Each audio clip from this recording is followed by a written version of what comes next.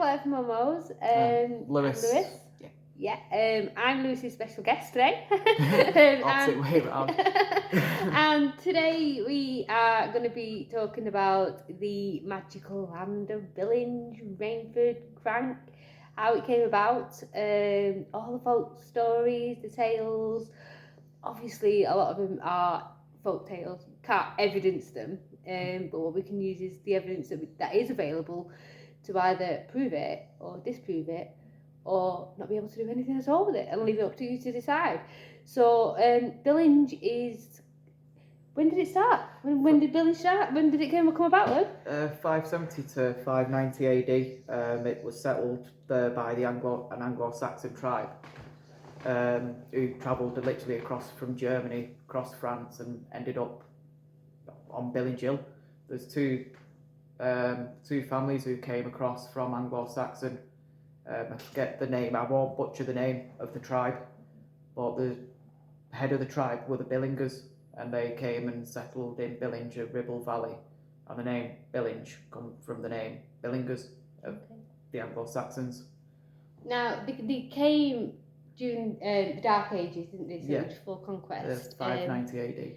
And they came as pagans, so we know that the Romans brought Christianity to England, but I don't think it made it this far yet, because the Romans didn't come to St. Helens, they didn't come to Billinge. They only got as far as Newton, and they didn't bother with the rest of it. So there's a lot. That area that we have is a very spiritual area. Yeah, isn't it's what I keep on getting. We've read plenty of books. What I keep on getting is a lot of superstition, a very close-set community where not many people moved in and out of for the best part of 600, 800 years. Not many people would settle in Billinge, and the families that did were only about 20, 30 families that actually settled in Billinge over the course of the 800 years. The population didn't go up until the coal trade, until the start of the coal pits in very early 1600s, but 1600s nonetheless. Yeah, that's right. But yeah, they brought all these superstitions with them, and they were worshippers of Thor. Is that right? One of the books explains that they think 5-dimensionally. So most things are 2D, 3D, 3-dimensional. What's there in front of you, what you can see, what you can hear, and what you can feel. Whereas the Billingers, what's behind that? Why is that doing that? So they thought another 2 dimensions. They'd be questioning things constantly. That's where the superstition really came from. The constant questioning of why is the wind blowing too much tonight? It's little things like that. Yeah, well, a lot. They wouldn't have been able to come in and out of Billinge during that time, because before the Vikings arrived, we were just marshland. Yeah. So they would have, when the Vikings arrived, they would have built the dikes and made it all so you could travel through the area. Yeah. But when you think about Billinge, Crank, Rainford, they're all high up, aren't they? So they're not going to be amongst that marshland. So that would have been one of the highest points in Lancashire. And best place for defence, really, for them too. The Anglo-Saxons always picked high up places. You'll find a lot of hill forts on hills. They always picked a high up place to defend, or, as you said, to avoid marshlands and bogs and what have you, which St. Helens pretty much was. It pretty much was. And with that, they brought a lot of superstitions, a lot of tales, and these tales have just grown into obscurities, really. It's just okay. You've got witches, you've got goblins, you've got dwarfs, all these amazing stories. And my favourite, obviously, the witches. The witches of Crank, the witches of Rainford, but we're going to talk about all of that. Where do you want to start, Lou? To be honest, let's the one which we get asked a lot is the story about the 4 kids being chased through Crank. That's one which always gets mentioned, gets questioned. The cathedral in Crank always gets questioned. That comes up all the time. The time. Okay, right. So the Cathedral of Crank. The Cathedral of Crown. Yeah. Okay. This is untrue, isn't it, Lewis? We have researched this, and we have spoken to a lot of people about this. There is no cathedral in Crank Caverns. Lewis, would you like to explain what a cathedral is in the caving world? in a caving world, a cathedral would be an opening of a cave, of a mine, of it just. The best way to describe a cathedral in a mine is that how it's described to this day is a cathedral, a big opening, big grand opening, big rooms, big walls, and it looks grand, but yeah, that's exactly what I've read too. Is that a cathedral in caving? If you study caving at university, it would a cathedral would be classed as the largest cave out of a series of caves and caverns. And they would the largest cave would normally have some kind of slab, and that would be where a lot of miners would sit and rest, drink, and things like that. So they'd also have arches. They'd literally build arches to work on top of. So when they mention a cathedral and having all these arches, that was where people would be working on top of to get the stone on the top of the roofs and stuff. So once again, we can kind of debunk the cathedral. As in, it's not as spiritual as you would think a cathedral. It's not a spiritual cathedral. No, it's not a spiritual cathedral. I'm going to throw one into the mix about caverns, and that is the tunnel to Low House Church. Debunk that one, because we know it's not true. I'll answer your question with another question. Okay. How many men would it take to mine over 8 miles? Is it 7 miles? It's just not going to happen, is it? No. Right, I have done research in today's world of if you wanted to start a mine, right? How much would that cost, and what would you need, right, in order to build a mine and a tunnel that length? I have done research of what that would entail today, and it would cost in upwards of over £1 billion, and that is with today's technology. Okay, that's over in America, in the mines that they're doing over there, and I've had a look, and I've even managed to get some quotes pretending I was a Yank, and the hiring of everything like that. It would cost in today's money over £1 billion to run an underground tunnel 8 miles in a mine. And you've got to think, even though Crank Caverns was open for 200 years, say you had 100 men working at that for 200 years, you're still not getting no more than 2 miles, they say. And wouldn't that 100 or 200 men, wouldn't they not tell? Pardon? Wouldn't they not tell? No. Also, you've got to remember is when they why would they have a tunnel? Why? What would be the purpose? They say it was the Catholic persecutions. Right. Okay. So the Reformation. Right. So the Reformation started under Henry VIII. Yeah, because Henry VIII obviously wanted to get his divorce from Catherine of Aragon, and he wanted to marry Anne Boleyn. Yeah. So he had his divorce and he married Anne Boleyn in the early 1530s. Right. When did they start mining?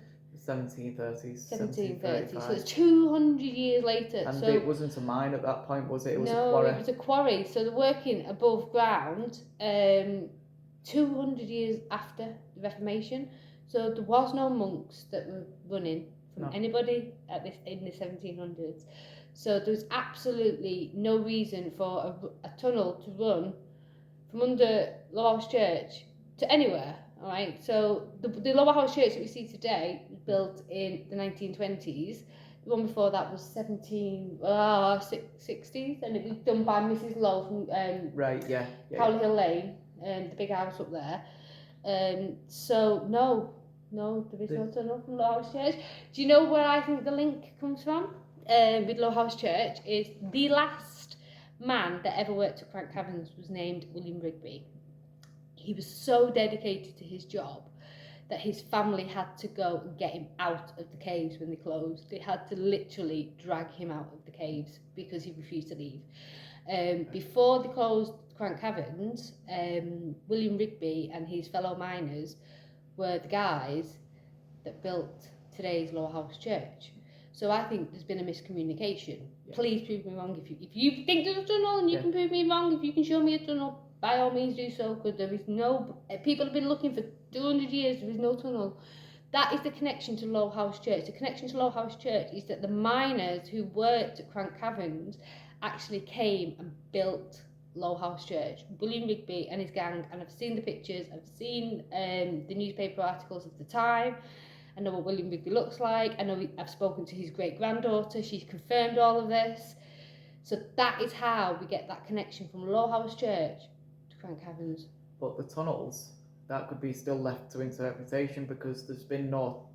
You can't really explore Crank Caverns anymore. There's no way. No, you can't. Everywhere's blocked up. You can't really get down there anymore. No. But who's to say that there wasn't a passage that may have led a mile down the road, Possibly. which is Possibly could do. very viable. There's plenty of people that have said that there's other caverns around that area that dealt with sandstone and dealt with quarrying and stuff. So you never know. There could be another sandstone quarry that's been hidden for years. That there might be there is definitely another sandstone quarry in Crank somewhere. I know it. I've seen it on the map. I've seen it with my own eyes. I can't off the top of my head remember. Think off Mossbank Road. Honestly, I think that's the other one.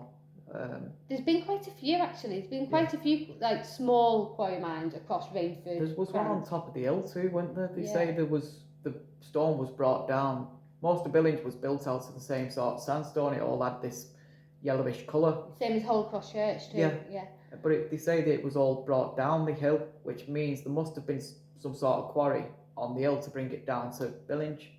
We also have the story of Mother Pope, which we'll go into later with the witches, and they believe that Nick Pullen's brother killed himself after being haunted by the White Rabbit. So apparently he hung himself in the entrance of a cavern. Now, I've dated the story of Mother Pope to be late 1500s, possibly early 1600s-ish, just from my own research. So it's... to be honest, I don't know anything about Mother Pope. Okay, so I know a tiny bit about the Windleshore witches, and I know a bit about Elizabeth, what's her name? Isabella Welby. Yeah, that's the Windle Witch, So I know a bit about that very loosely, but as far as Mother Pope, no, I don't know.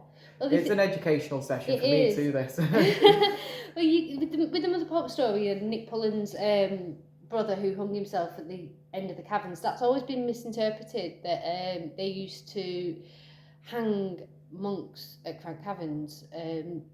Now, I've seen pictures of Crank Caverns in about 1900, 1910, and the trees were saplings. They were saplings. I've been around there. I've been and dated a few of the trees at Crank Caverns. There is no trees there whatsoever that are 500 years old. Well, it's not, because I think... Or even 400. I think the oldest tree that I've managed to find up there is about 250 years old. If it was that old, Crank Caverns, that area was that old, say, I'm sure it would be considered an ancient woodland, wouldn't it? Yes. Around anything that's woodland that's 500 years old, so 1500s, can be registered to be an ancient woodland. Yeah. So they could have hung monks in that area. It's more than possible that those trees don't exist anymore, because in 1900s it's pretty much sapling land. But it had nothing to do with Crank Caverns. So it could, like I say, could have happened in the area. There's no evidence to say that happened. There's a story that I read from this book we've been reading. Are we allowed to mention the book? Yeah, go on, tell them all about it. Called The Billingers, and it is literally the whole history of the Billinge and Billingers, how they spoke, how they worked, how they played. Just anything you want to know about Billinge is pretty much in here. And there's a story in there that goes, it's the milkmaid story. So there was a woman, a milkmaid, and he was having an affair, the fella. He had a wife. He was having an affair with the milkmaid, and she threatened to come clean and tell his missus about this affair. And they say that the farmer killed the milkmaid, and there's a blood-stained plank in a barn in Billinge somewhere, and then no matter how much you clean it, it always comes back with this red blood stain. That's in that book anyway. Yeah. So once again, it's the superstition of Billinge, isn't it? There's something not like Billinge, something not quite right with Billinge, but something There's something very mystic. It's a very mystical yeah, place. It's a yeah. very spiritual place. You go there and it's just all Greenland. It's just fields and hills and hedges and beautiful scenery, and you know what I mean. It's like you walk as soon as you go into that area, there's so much nature around you. You can't help but connect with it. Yeah, I think that's what people were. That's why I said at the beginning, the 5-dimensional side of it. Yeah, it's like using all of your senses and then something else. And it's something in the background. You see, Billingers, once again, it's all Billingers. If they get a weird feeling about something, that's it. They won't move or they won't act. They'll just pass it by. They will not. If there's some weird feeling behind something, there's a reason for that weird feeling, and they won't dabble in that feeling. They just won't participate. If there's, say, going down the road one night and they'll walk that road 1,000 times, and if something tell them not to walk down that road that night, they won't walk down that road at night. There'll be no getting them down that road at night. Maybe that's just saying telling stubbornness. Yeah, you know what, it probably is. Probably passed around us all. It is a very spiritual area. So we talked about what we've done the cathedral, so that's debunked, haven't we? The tunnel to Lowe's Church, right? There probably are underground tunnels. We have mentioned that it used to be marshland, so I can imagine there's a lot of water underneath there. I mean, that's why we have a lot of salt mines in the Widnes area and all along the Mersey and natural all that kind caverns of stuff. Yeah, it's all natural. So deep down, there probably are tunnels, extra caverns, a reservoir, all that kind of stuff. Where water, it's been eroded by water, not by man. It's not accessible though. No. Not accessible. Maybe it was a long time ago before the farmers started filling in all the holes and stuff like that. They say it worked like a colliery. When I've been reading, it's had a pit head, so it had 2 ways of the rock coming out. It had 2 levels. The bottom level rock would get pulled out of, and the top level rock would get pulled out of. But it was mainly like for pulleys and ropes or whatever it needed to get ropes down and get the rock up. So it had a pit head to an extent, where you wouldn't go in a cage to get to work like you would in a coal mine. You'd walk down into the bottom of the pit, in the bottom of the coal mine. But sandstone mine. But at the top of, I said, the pit head, it had this very similar thing to a coal mine going on. But the rock was pulled out and hauled out instead of by hand, instead of a machine. You had to explain that properly. What do you think about the little boys being chased by the dwarfs? What do you think about that? Do we know what year that was? I'm sure there's no record of it, is there? They say the late 1800s. Yeah. 1890s. Because I've got a newspaper article, and I'm quite happy to share with, I think everyone seems to be honest with you now, I've shared it with everybody. And in the 1930s, there was a group of reporters that went down looking for the dwarfs. So it's pre then. So I think it was sometime around the late 1800s, like you said, mid to late 1800s. It would have been after the mine closed, obviously, and that was the 1870s, was it? Caverns, 1930s. Was it? Yeah, 1930s. It was still going in 1930s. Oh yeah, because there's stories of kids going down there, bathing in pools down there. Apparently so, yeah.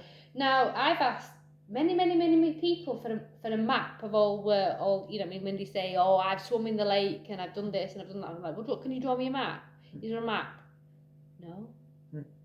Okay, you go to the next person and they tell you the same story. You go, can you draw me a map? No. I've only seen one map, and that is the circle.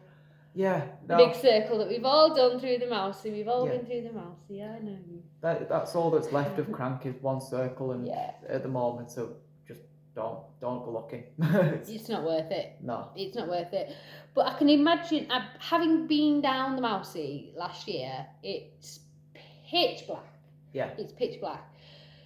But last year, 2020, thinking about the types of torches that we've got and the equipment that we've got and things that we've got down there, and I was constantly seeing things out the corner of my eye and you know what I mean, did I see that? Did I see that? Oh my God, it always felt like there was something behind me. Yeah. So if that happened in the 1800s, What equipment did those boys have down there? Absolutely nothing. Absolutely They nothing. probably a match. Candles, maybe. Yeah. Um, And the breeze could blow a candle out, so. absolutely. And then There's actually a story, isn't there, from the 1970s of the three teenagers who went through the Mouser, and it's described in the newspaper. It's described in the newspaper. The mouse hole went around in a circle. The mousey hole, that's all that's left. But they went down there with some candles. They didn't. I don't think they had matches, or if they did, they only had 2 or 3 matches. And Cave Mountain and Rescue had to wall them out. They lasted 24. Yeah, there's actually people on the history pages that we're all on who remember that. Yeah. Cave Mountain and Rescue had to pull them out. 24 hours lost in there. And in fact, I'm absolutely positive that I've spoken to one of those boys. I'm sure I have. I'm absolutely sure I have. And he said he remembers being taken home and getting an absolute whopping from his mum. Yeah. But it was a conversation that I had, I think it was about 2 years ago, because I did a talk on crank caverns about 2 years ago ish, way before coronavirus. And they came forward and told me that story. Yeah. And they were like, that was me. No way. Can you imagine actually being down there in the dark for 24 hours and you've only got 2 of your friends? No. What would you be thinking? Any sudden noise? That's where the superstition... Well, I was down there with 3 grown men, with all these lights, with all these professional lights, you know what I mean, urban explorers who have all the gear, the headgear and everything like that, knee pads, everything. I was geared up to the nines when I went in, and I did not feel safe. I felt like something was watching me. I felt like I was going to fall over, that any slight thing, that if something was, it was like something was always there, right behind me, watching me and ready to touch me. And it's so cold. It's like, do you know when you've been in Spain and then you come home and you get off the plane? Yeah. That's what it feels like, and you hit that cold air. As I'll always say, there's something not quite right with Crank. There really isn't something quite... Whatever has went on at Crank, we'll never actually find out. No. We'll never actually find out why it's got that superstition, that, I don't know. It's just a generational thing. It's stories that get told and told and told and told. Yeah. And then people will add something on, or, you know what I mean, like we talked about William Rigby, you know what I mean, and people are convinced that there is a tunnel that runs from the Low House Church. It's impossible. People are convinced that there's a village under Carr Mill too. No. Didn't it dry up in the 60s, 70s? It completely dried up and there's nothing there. That was a quarry in itself. That's all that I've read. But there used to be a church, the church or mill, I'm not sure, something like that. There was something there. There used to be something there. But if it was there and the water covered it, that's not going to be there no more, because it would have been a wooden structure. Or if it was even stone, it would have got washed away. Absolutely. It'd be, you know. There's supposed to be underwater currents in there, underwater tides or currents in Carr Mill. It's a dangerous place to swim because it'll sweep you under. But if it's I am a very good swimmer, and I can't. When I grew up, I was always swimming in the dam. Swimming in the dam. I was always jumping off the bridge. I lived in Carr Mill Dam. But I was a strong swimmer, but I couldn't do from, you know, where the overflow is, to the other side. Yeah. I can't do that. There's something strong in that water. Yeah, I said if there's anything that was constructed of stone, that current would have pushed it down without a doubt. Long time ago. So if you hear the stories of people saying, I've seen the bell tower and they've seen the spire, you haven't. You really haven't. They haven't. No, I'm sorry. I'm not. There was something there long time ago, but it's not there now. Carr Mill, it says it in the name. It used to be a mill. Yeah. Carr Mill. Yeah. And going off topic a tiny bit, if you know a bit about Carr Mill, there was a secret canal that went from, well, it wasn't a secret canal, but there was a canal that went from Carr Mill down to Stanley Bank. But that's a different story. But come back to that. We'll come back to Stanley Bank Park. Yeah. But going back to the Billinge superstition and rumours, there's all sorts, like 12-foot ghost who's knocking about, but I thought about that. There's a lot of big ghosts, like tall ghosts knocking around saying giants as well. I've got a book that I need to read here on the giants of Lancashire. Yes. So there you go, something I don't know about. The 12-foot ghost in Billinge, I thought could even match Red Clogs, the ghost around Aydock and Wigan and Billinge collieries and stuff. All the thing I know about Red Clogs, he was crushed in a mining accident, but the stories could relate between the 12-foot ghost with curly hair, and that's what that ghost is called, the 12-foot ghost with curly hair. Every area has its own ghost. North Road with the coachman and the horses. Yeah. The white lady, and I know a the lot. The white lady, the grey lady. There are lots of ladies. There always seems to be women. Yeah, there's lots of white and grey ladies all over the show. And I wonder if they're the same woman. I don't know, but I just think it's down to the fact that people enjoy being scared. People enjoy a mystery. They enjoy not being able to solve the mystery. A common pastime for the whole of the Northwest was storytelling. When they got bored, they'd get the family together or get the village together. That's all they had. And then that was it. They'd tell stories all night and have a drink and sit by a fire and have some food and have just communal, nice chats. I wish we could go back to those days. I know. Wouldn't it be nice just to... Right, we're all getting round, we're talking about ghosts and weird stuff. Yeah, let's organise something. Let's have a Billinge Hill where we all get to sit around and tell stories. Actually, 19th of July. I'm so ready for the 19th of July. Everyone is now. No more masks. But you know, we've talked a little bit about Crank caverns, but I want to talk a little bit about these witches.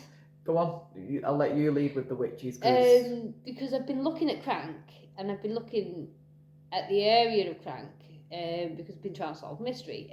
On the coven of 20 witches, of which 3 died, 2 by hanging, and 1 by thrown in the pond. But that dates back way back. So to start, the story of the witches seems to start at the bottom of Crank Road and it ends at the top. So at the bottom of Crank Road, I'm going to go with, from what I have read and what I've understood and spoken to people about, is Mother Pope came first and the White Rabbit. Right? So how that story goes is a little bit like this. I'll be as quick as I can. So Mother Pope was the local healing lady. There was many healing ladies all throughout that area, and it was just your kind of go-to doctor at the time. And she was doing these potions for old Nick Pullen, who was a farmer across the road, and he had what they think is cerebral palsy. Right. He doesn't get better because there's no cure today, even 2021, no cure. He gets worse. He blames her. So him and his brother go down to her house, her cottage at the bottom of Crank Road, break in, because if you cut a witch, you break the curse. Right. So they pinned her down on the table. In the house was her granddaughter and the pet rabbit. Right. So the granddaughter, little Jeannie, legs it. Yeah. To get help. Right. So she legs it. Now, I've still not confirmed. I've done podcasts about it. I've done videos about it as to whether it was she ran to Mosper Hall or to the All Saints Church in Rainford. I think if it's late 1500s, go to Mosper Hall. She ran there. She fell over. She was exhausted. She was tired. She banged her head on the gate outside. She died right there and then on the floor. Meanwhile, back at the cottage, Mother Pope is being cut on her arms by Nick Pullen and his brother. When they finished, they kicked the White Rabbit to death. And then they go back to the farm, and then the White Rabbit haunts them continuously over and over and over again for the death of his owner, little Jeannie. It's still said that the White Rabbit haunts Billinge and Crank. Well, the last known sighting with the White Rabbit was apparently in the 1950s, but I've spoken to a lot of people recently, and apparently they've seen it too. So I don't know. I'm thinking a bit of wild camping in Crank, but there you go. And it was at Crank Hill Station. That's where it all apparently happened, around that area. That's where he haunts, around that area, all the way down to Rainford, all the way through Rainford. And then he haunts them to the point where Nick Pullen's brother commits suicide. And Nick Pullen dies not long after from his ailments. And that's that story. And then you go on to Isabella Welby, who is a famous Windle witch, and her, she was on, what's that called now? Windle Island? Island? Yeah, it's Windle Island. So she was on Windle Island, and I'm not going to tell you her story because everybody knows her story. She perished alongside the Pendle, which is Pendle Wood. Yeah. So then we go on to later on, and we get to 1643, and apparently there's a coven of 20 witches, right? And people are coming from all over to see these witches, all over from Liverpool and everything, to get these potions and all that kind of stuff and get blessed and do what they need to do. So the apparent right, this is what I've read is wrong, because it says Matthew Hopkins did it. Matthew Hopkins was never up here. Apparently, he was never up here. I've read everything and spoke to everybody, phoned everybody. Matthew Hopkins was never up here, and it says 1643 as well. Matthew Hopkins only started work in 1645, so I think there's another witch hunter up here, and he gets called to Rainford for this witch's coven, and he throws one lady into the pond, and we know about witches, and if they sink, they're innocent, and if they float, they're all right, and they get hung. So apparently one lady sunk, so she was innocent, and then they hung 2 ladies. So I think I've cracked it. I think I know where they hung them, and I think I know where the pond was. But less about that.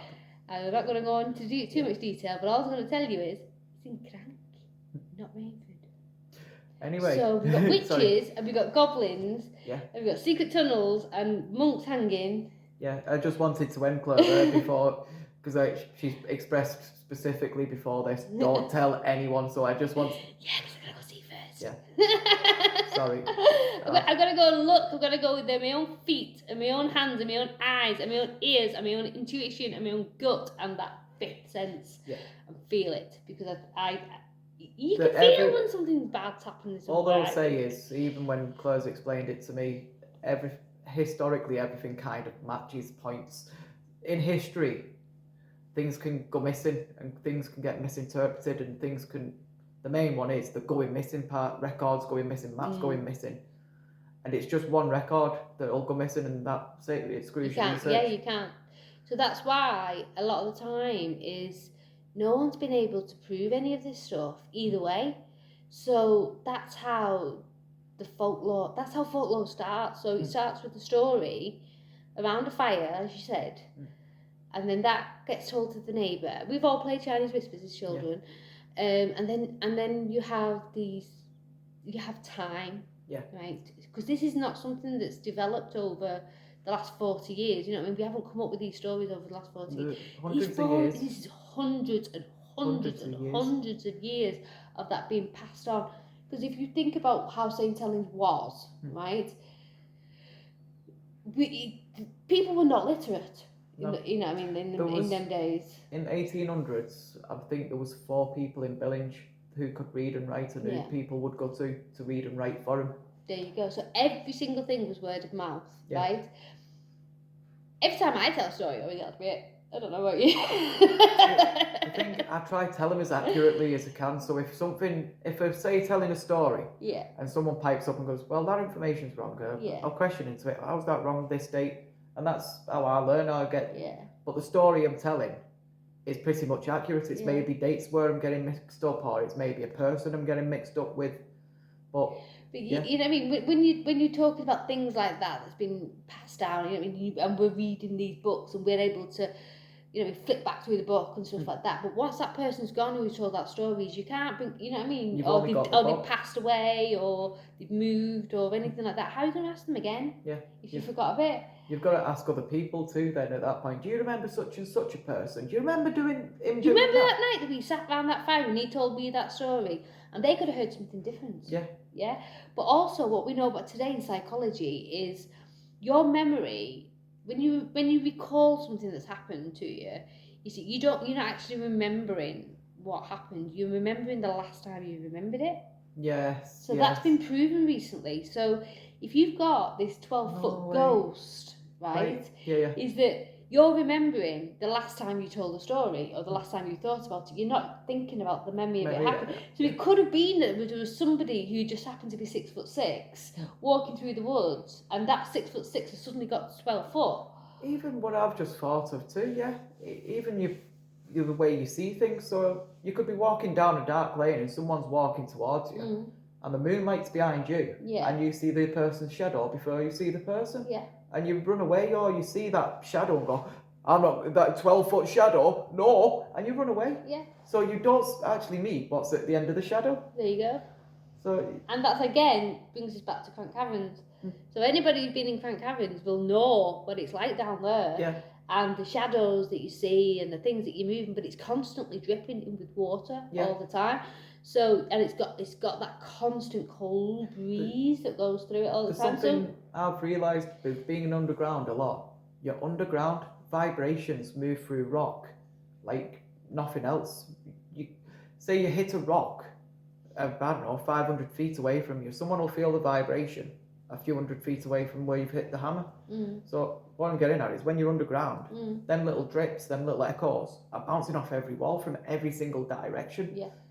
That's gonna put all your senses at height. And then you've got the breeze that's coming through. The cold breeze. And the breeze is coming around you, and it's going around the person that you're with. So it's gonna feel like someone's touching you. I think it's called infrasound. Is that background noise and background energy that bounces off? I think it's called infrasound. Yeah. Don't quote me on that, but Google it.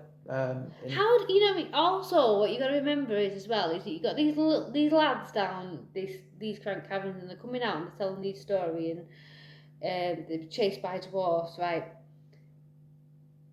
Kids are rat bags. Yeah. How do we know that one of those kids did not pull on his mate's leg? That's a good point. Yeah. Kids will wind. You know what I mean? I'm 41, and I wind all my friends up still all day long. So, and plus when a kid comes home, say he's late home from, you should have been at 9 sort of situation. So your kid's just came home, and he's came back at 10 o'clock covered in dirt and crap. There. And you're going to ask him, why are you back late? What have you been up to? You're not going to say as a kid, I've been down Crank Caverns. Well, apparently, as the rumour goes, is that the army came. Yes, yeah. and got them out eventually. I've got an email for them, but anyway. I wrote them an email and he ignored me. All right. I've not got to that point yet. I wrote that email 2 years ago, and I think my mithering has got marginally better. Yeah. So I think I might give it another go. So anyway, the soldiers went down there, and they did do an actual exploration of the place back in. That was recorded in the 1800s too. Yeah. And as you see, that story comes from the 1800s, and they blew it up in the 1800s. That's where the story, honest, in one of these books in front of us, that story of the soldiers going down comes from the 1800s. And the mine was detonated in the 1800s, but it was still, as Claire said before, 1930s, they were still working the mines. So what's a myth busted that? I don't know. I wasn't around in the 1800s. There is I look like it some days. There is also a book here where Sue Gerard's written that. Yes, she's my girl, that's Sue Gerard. I know Claire and Sue get along very well, and Sue's written this book about Crank Caverns.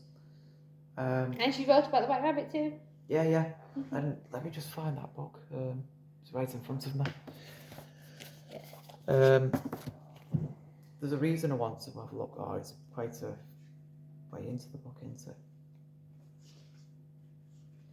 She has left it there with the true mystery of Crank Caverns is the mystery of Crank Caverns. It is, because we can sit here and myth bust all we like, but we wasn't there in the 1800s, and the little boys are down there, were we? No, I forgot. We can myth bust things that are recordable, things that can be evidenced, but stuff that are just stories. Yeah, you can't.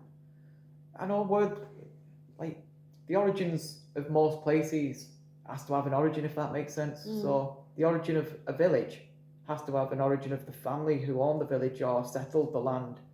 And who's to say, once again, that these stories that we're reading out to this day ain't got some sort of relatable story 1500 years old at the age of Billinge. So yeah, it's just I think a lot of the stories that centre around there, apart from the witches, because the witch is true, I 100% believe the witches are true. Well, we know Isabella Welby, we know that that's 100% true. I'm still looking for the records with the Pope, but it's just so hard to do anything with all the lockdowns. Getting it to archives and libraries and stuff. You can't. So you just got to you've got to go back to the books. Yeah. And what you can get from the books and reading around the subject. So what was happening at that time. One of the things I always do when I'm researching is who was the monarch at the time and what were their beliefs. It's a good way of looking at it who, because then people who were, say, as you said, demonic, or then people who were a bit spiritually not inclined would have been people that were spoke about in the village. Because it's like, say, if we were talking about the Reformation, you can't talk about the Reformation without talking about Henry VIII and Anne Boleyn. Yeah, exactly. So that's how you can match it. The reason Henry VIII changed can't say it now, Catholicism to Protestant. Protestantism. I've got a degree in theology and I can't say that. It was because of the marriages, wasn't it? That he got bored of lopping his weight. It says that he just wanted to. It was a divorce, wasn't it? He wanted a legal divorce with the Spanish princess. Catherine of Aragon. And he couldn't chop her head off, so he had to legally divorce her. He never wanted to chop her head off. I don't care what no one says. Henry VIII loved Catherine. He loved Catherine. He was with her for 22 years. They were married for 22 years. That's what I'm saying. He didn't want to chop her head off, but for him to divorce her legally, he had to break from the church. Yeah. Because the church would not allow him to divorce. Yeah. Because it's against their religion. But because Martin Luther was knocking around and he'd already banged on the doors and his 95 theses, the ball was already rolling. Anne Boleyn, she'd just come from the continent. She'd been working in France as a lady in waiting. And she brought these books back with her. So she was the one that introduced Henry VIII to Protestantism, and then he just ran with it. So what do you think about this, love? I think she just kind of just left a few books around, because he slept with a sister first, didn't he? I didn't know that. Yeah, he was sleeping with he was a naughty man. He was a very naughty boy, that Henry. Yeah. So that's what I always do. I always look at what's going. Who's the monarch? Who's in charge? What's going on? What's their beliefs? And it's the same with the witches, because you're looking at Isabella Welby, who was hung in Pendle with the Pendle witches at Lancaster. That was James I, and he was the one that was the witches of Copenhagen tried to kill. Yeah.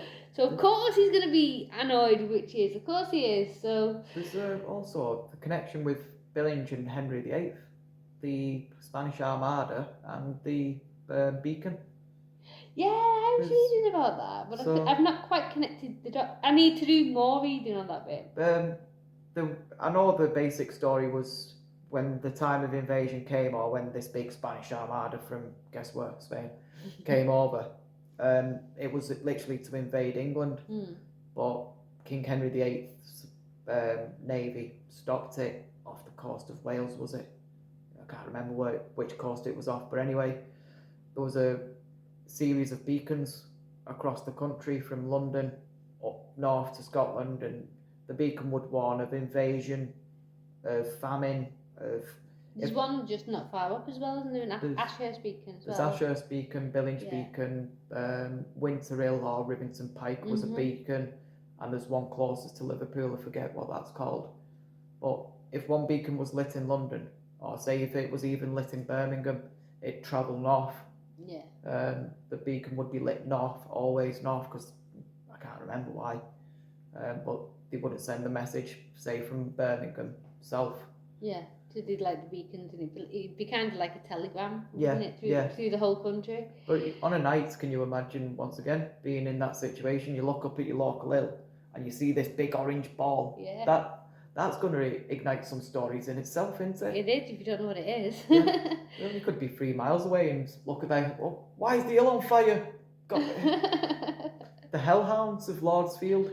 Well, Kingsfield, sorry. apparently is the witches of 1643 brought a dog from hell. We brought this dog from hell that was causing havoc running all around Rainford.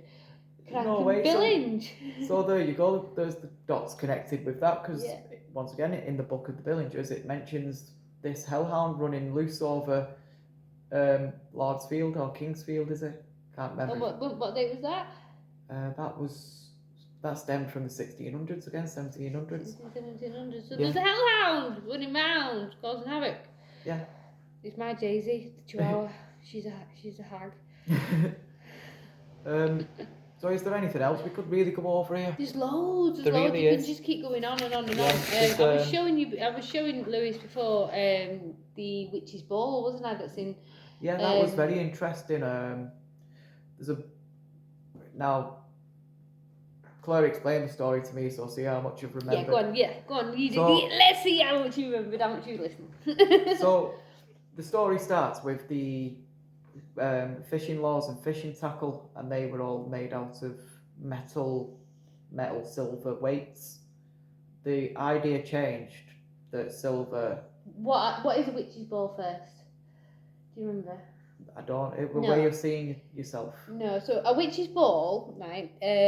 We've got one hanging in here, and what a Witch's Ball is if a witch happens to come to your house, think about Snow White and the apple, right?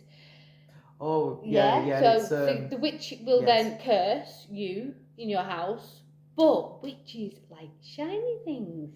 Yes. So what you would do is, it goes back to Scotland, and it was the fishing weights in Scotland. We leave little tiny metal fishing weights. Obviously, there was no mirrors at the time, so this is the only way that you could see yourself through, unless you was in lakes or you happened to be rich. But any kind of shiny object, obviously, your natural instinct. It's like when you're doing a video like this, I can't help but look at myself, not you. You know what I mean? It's just a natural thing that you do. Whenever you take a selfie, you always look at the camera and not, you know what I mean, your eyes are always not right. Actually, you're right there. I've never. But go on. Yeah. So the witches' balls started in Scotland. So what you would do is that you would hang one of these weight type things with metal weights that was shiny outside of your door or your window. When the witch comes and she curses you, she gets distracted by her own reflection and the shiny thing, so she curses the reflection of you and not you. Right? What happens then is that they start to evolve from metal to glass. And that happens here in St Helens. There is, if you Google Witch's Ball Museum, there is a witch's ball that was donated to a museum in London. It was found in a cottage in Billinge in 1936, and it was donated to this museum. I think it should come home, but there you go, that's a different story. Petition to bring and it this home. one is glass. Now, from the reading that I've done about witches' balls and things like that, is that how it got from metal to glass was Pilkingtons. So they started to become quite fashionable to have as ornaments, and they would start in your garden, and they would have all these lovely glass bowls and things like that, and then eventually they made them way into the house. I've actually got one right here, right? So, paperweights. Yeah, remember when Pilkingtons used to make these? Yeah, and remember that your nan and your granddad and your mum and dad would have one of them. And you were always dead proud of them, because if you had somebody that worked in your family that worked in Pilks, then that was good. You know, you was doing well for yourself to work at Pilks. You know what I mean? Job for life. Those don't exist anymore, but job for life. Yeah. And they started making them into that. So that's how we got from the witch's shiny thing to these things that Pilkingtons made. Pilkingtons stole, they stole the witch's ball idea. And then one of them was found from one of the first ones that Pilkingtons made. In 1936, it's in 1936. So we don't. But it's not age. It's not dated as an age. You just think it's. They think circa. I'm sure 1900s. with enough people behind us, say the World of Glass, especially the World of Glass. Witch's ball Can we get the Witch's Ball back to St Helens? Can we get the original Witch's Ball now? Can we get it back to St Helens? Everyone just actually do us a favour. I'm going to find a way of putting the email address to the museum into this video. That should be easy enough. Yeah. Everyone spam that email address and tell them we want the Witch's Ball back because they've ignored me so far. But then again, it has been locked down, so yeah. you know what I mean. They might not be open, and it's just me being impatient. Yeah, as always. Even so, I'll send them this video, and they can watch the half an hour video and go, right, so we only needed 2 minutes of that. So there's these, it's just such a spiritual area that everything before. Everything, I would say everything pre-1920 is going to be oral. Yeah. Oral tales, oral stories, because they run through so many hundred years. You've got to think too, all these stories which have been, I don't know how to say it, communicated, vocalised, as Claire just said, they're all vocal, they're all oral, they all came out the mouth. There was only 4 people, as far as I know, in the whole of Billinge who could read and write in the course of one generation. Mm-hmm. So then people wouldn't take tales. They wouldn't be writing stories. They're not writing books. Exactly. They're going to be writing the very basic of things. They're going to be writing death certificates, birth certificates, wills, marriages, divorces. School reports, things like that. They're not going to be writing down these stories. They could go and see 100 drunks in a day and get a book full of stories like that. And obviously there was no interest in a drunk. In the Billinge, the book, because I read it in cover to cover in one day. I had a day off, so I sat in the yard and sat off and read it all. The one that got me, the story that stood out the most in me was those 2 girls that were going through the forest, and they happened upon a coffin right in the middle of the forest. So they're walking around the back of Carr Mill Dam, so they've absolutely legged it, and then they found out afterwards that there was the undertaker had been to collect the body, and they'd seen these 2 girls, and they just thought they'd put the heebie-jeebies in him, and it was a joke, and it was a prank. And I can't remember if the girls ever found out if it was a prank, but that would mean that story would stay with that community forever. Yeah. Don't go in those woods because there were coffins and there were dead bodies and all this kind of stuff. And it was a prank. Somebody admitted it was a prank. So people have always been pranking each other. And there could be, say, the stories from Crank Caverns and the dwarves eating children would have been made up to keep your children out to Crank Caverns. Exactly. You've got to think of it that way. Not that it ever stopped anybody, because I think it makes people, like I say, more curious. From the beginning, when I was talking before, is that people are curious about what they can't see with their own eyes. People like to be frightened. Yeah. They don't like being told things, neither do they. They've got to find out for themselves. They do. It's natural curiosity. Yeah. It's natural curiosity. I only went down the Mousey for the first time last year. That was the first time I've ever been down, and that's only because I've been on this trail of these witches since. Wouldn't get cleared down. 2019. I've been researching these witches for, so it's 2 years now. Yeah. And otherwise, I wouldn't have gone down because I'm actually too scared. I'm not going down again. The reason Claire started looking through the witches was because of the stories of the witches being hung in Crank Caverns, wasn't it? No, it was Isabella Welby. Oh, right. It was Isabella Welby, because obviously she's everywhere. Yeah. You read every book that you read about St Helens, Isabella Welby crops up. So that was what started me. And it was this reason, and because that is so well documented, I've got I've got a book here with all the court papers in. Books. But I've got a book called The Discovery of Witches that has all the court papers in. Yeah. Of what actually happened. So that's what started it. There's also, if you have a look, this is very interesting to look at, Death Inquisition lists, and type it in of coal mines, of St Helens, of canals, and you will find so many people who've came to their end in such weird ways, up and down the canals, all the way around St Helens. And you can walk down Sankey Canal, and there's been 200, 300 people died on that canal, and until I've just told you, you wouldn't even think any difference. It it's the same around the canal. it's just we can sit here and debunk all day long, right? Yeah. We can give you all the, you know what, I could actually even bring you court papers. You know what, if I got an email from the army that gave me the story about the little boys and it said it was a load of rubbish, and I actually provided that and I put it on the internet for everybody to see, that story would still be going around in 200 years. Yeah.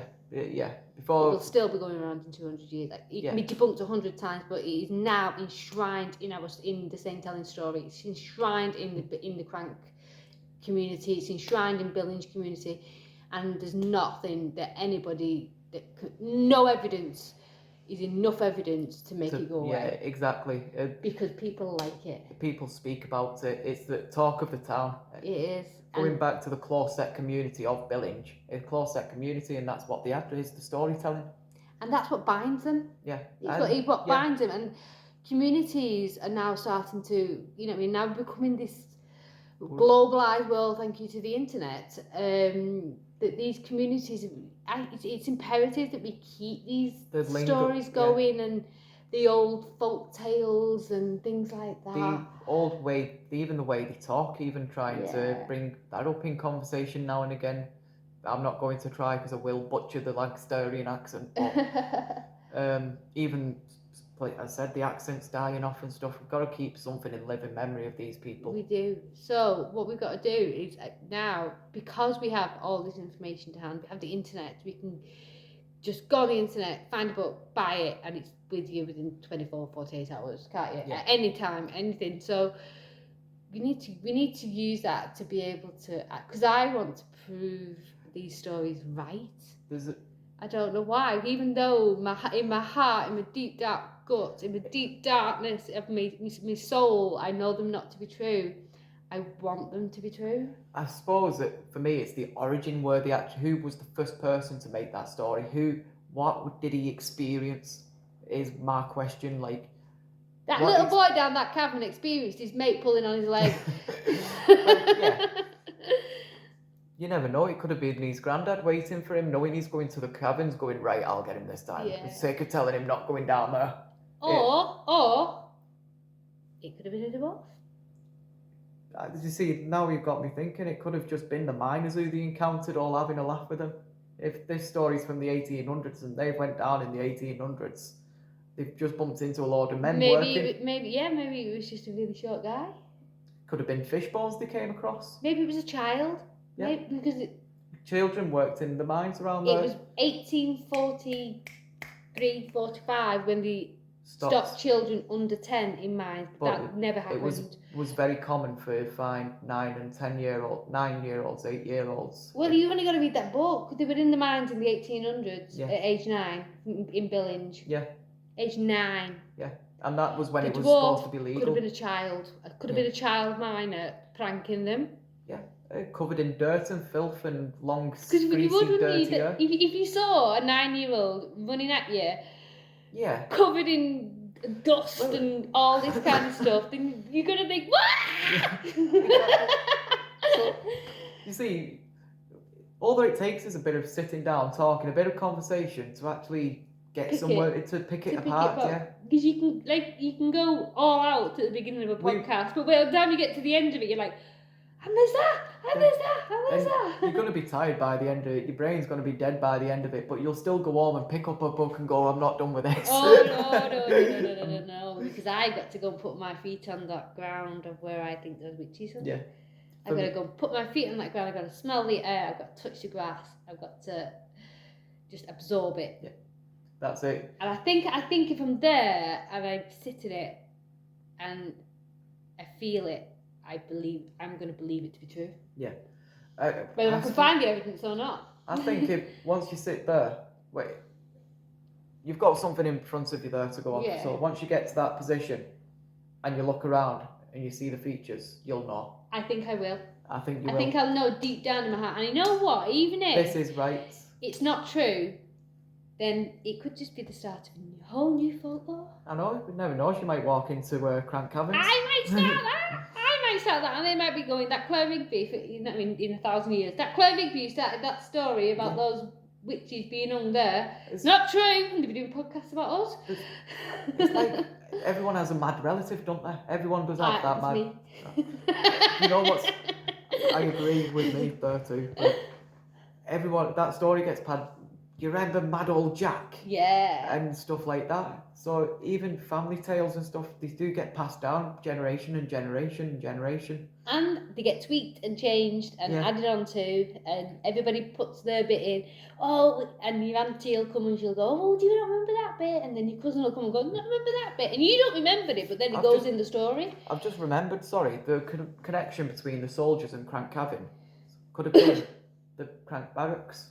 Mm-hmm. There was a barracks about not even a mile away from the entrance of Crank Caverns. The barracks itself was an anti-aircraft position, or it was on the as an anti-aircraft. No, because wouldn't it be 1800s, so it would be pre-aircraft. Yeah. What I'm trying to say is the link between the caverns and the soldiers. Oh, right. So you mean soldiers like being in the two different stories combining. Yeah. Yeah, I'm with you. So Crank Caverns was used as an ammunition storage bunker.